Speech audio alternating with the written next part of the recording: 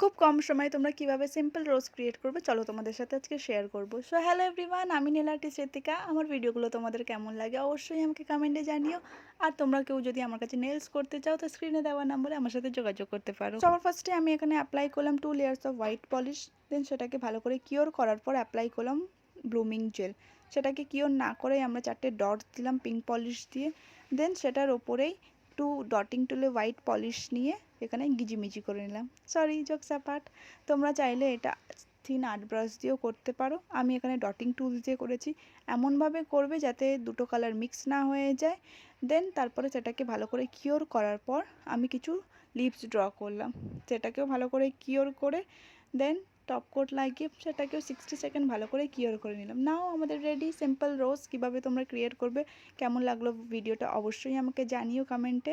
আর তোমরা কেমন ভিডিও দেখতে চাও সেটাও আমাকে জানিও। So by.